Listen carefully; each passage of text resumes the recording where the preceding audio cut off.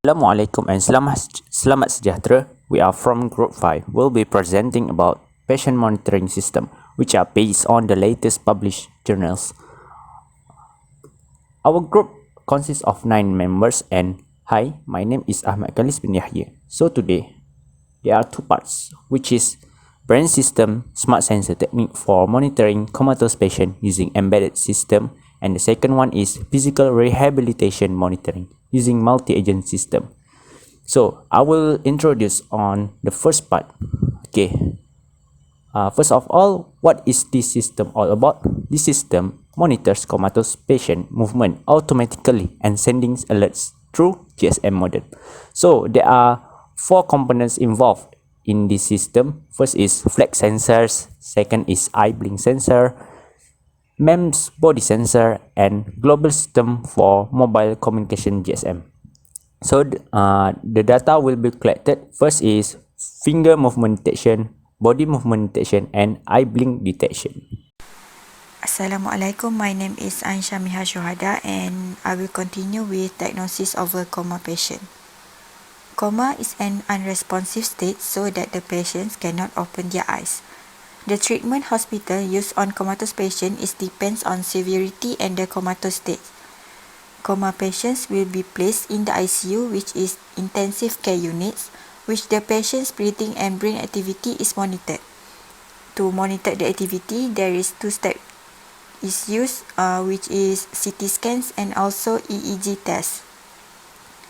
CT scan, which is use X-ray to detect brain structures, brain atrophy and blood vessels can be seen. For EEG test, it is used to show electrical activity to the brain. It gives track on brain wave patterns. My name is Mohamad Nashrul and will proceed to the methods for movement detection. First of all, methods for finger movement by using flex sensor. The flex sensor is worked by changes resistance according to bending of it. The person who is in coma will bend the finger either outside or inside direction.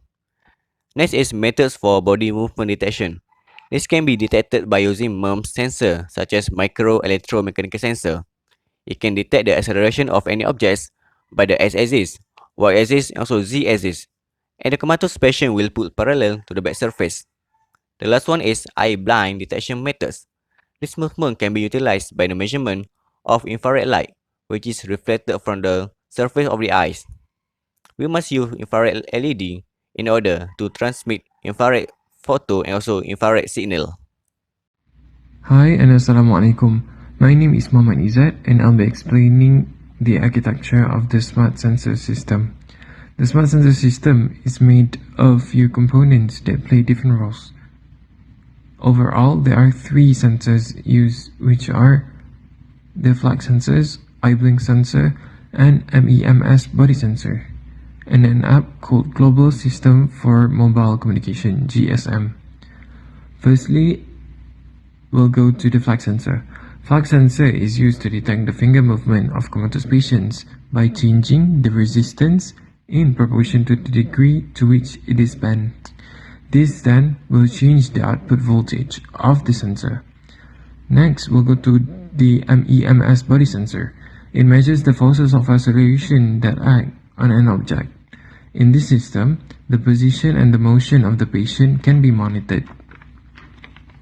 And lastly is the eye blink detector, which detects the eyelid movement of the patient. These detectors are put on both sides of an eye goggle. Then, all the data from this sensor then will be sent to a processor called ARM LPC2148, then to the Global System for Mobile Communication, GSM, which is an app on the phone. This then will notify the doctor regarding any movement of the comatose patient. Apart from that, it can be displayed on LCD and PC.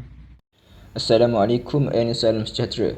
My name is Mohamad Dahnil and now we proceed with the performance analysis of the flex sensor and MEMS body sensor. The flex sensor resistance and voltage or outputs are depend on how much the sensor bend. The sensor resistance change according to the amount of degree it bend. As the flex sensor bend, the resistance and voltage output are decreased.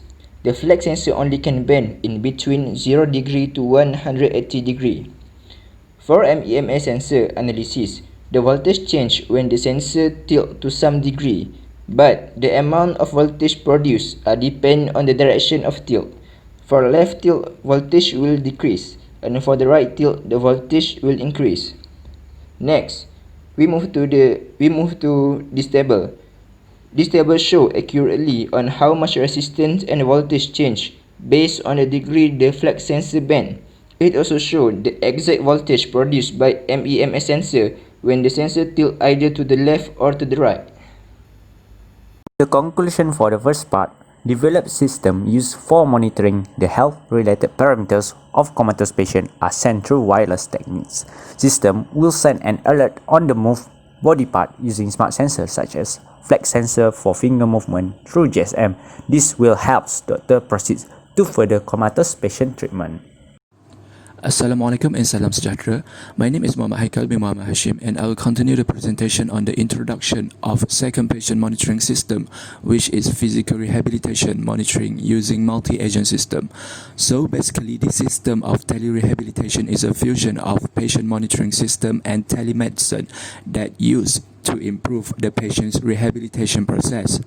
The main elements involved in making this system include ICT technology that allows patients' information to be collected, VR technologies that helps in designing and incorporating complex scenarios in simple way, initial measurement unit IMU sensors for users' movement and condition monitoring, and multi-agent system that allows different elements of the system to behave dynamically according to the requirements. Some of the data that can be collected via the system include the movement of the users and vital signs like heart rate and blood oxygen level. My name is Khairidz fadzillah, and I'll be talking on how the system can improve rehabilitation. One of the main reasons for this is it helps patients with disabilities and travel-related issues.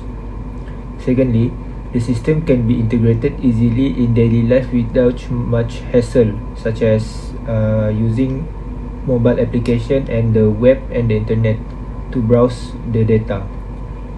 Then the system can give both physician and patient on the condition and progress of the patient under rehabilitation.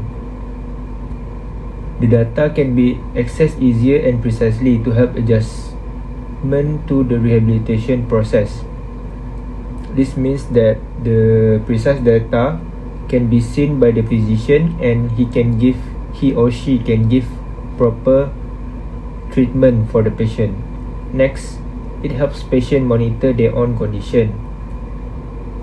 This means that the system is easier to maneuver and can be handled by the patient without having to have any professional training. Next, it allows patient-physician consultation and feedback in real time. This means that no matter where the patient and the physician are, they can consult each other on how to proceed with the treatment. Next is because it is easy to access through various ways, such as through mobile application and web tool, which is readily available for both patient and physician. Finally, the most appealing is it comes with a lower cost compared to traditional consultation.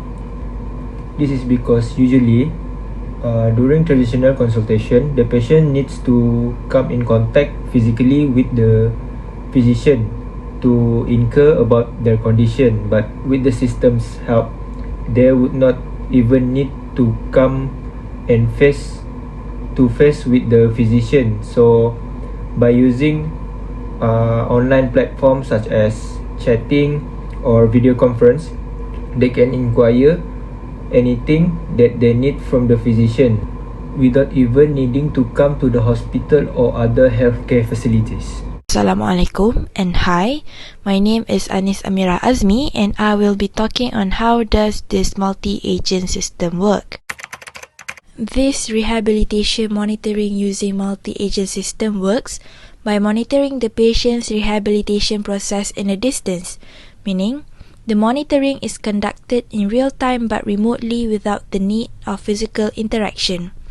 The monitoring is conducted via these platforms, which are website, mobile application, virtual reality technology by using VR headset, and post-detection devices such as the smartwatch, that may provide data like pulses per minute and blood oxygen level, for example. First, the patient will need to put on a suit that has built-in inertial measurement unit IMU sensor.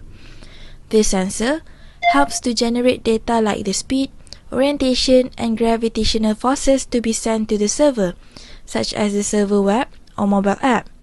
Using these platforms as well, patients can follow the exercise samples presented to them for their health improvement, and the server will instantly give evaluation based on their performance and correct any mistakes made. This way, the medical professionals assigned to the patient like doctor and physiotherapists are able to instantly analyze the physiological movement and condition of the patient in real time without the need to meet them. Patients' performance are quick to be acknowledged and consultation can be made right away and remotely. Besides, patients can know their status and progress more in depth. This way, it is easier for both patients and medical workers.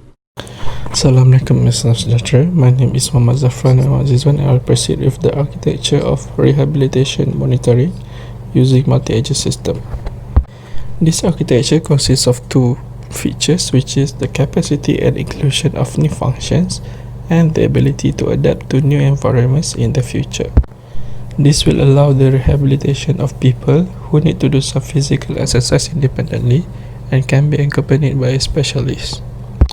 This architecture consists of two parts, which is the first part is the visual organizations of agents. It consists of organizations that carry out specific functions by their own agents. The organization includes capture system organization, monitoring organization, simulation organization, and application interface organization. The second part is agents required from Pangea multi-agent system, which composed of minimum necessary agents that used to manage the virtual organizations and coordinate the agents within each of them. The agents include database agent, information agent, normative agent, service agent, manager agent, and organization agent. As a conclusion, this system allows one to monitor the progress of the rehabilitations of the patients remotely. Together with the ongoing study, this system may be applied to greater diversity of chronic illnesses in the future.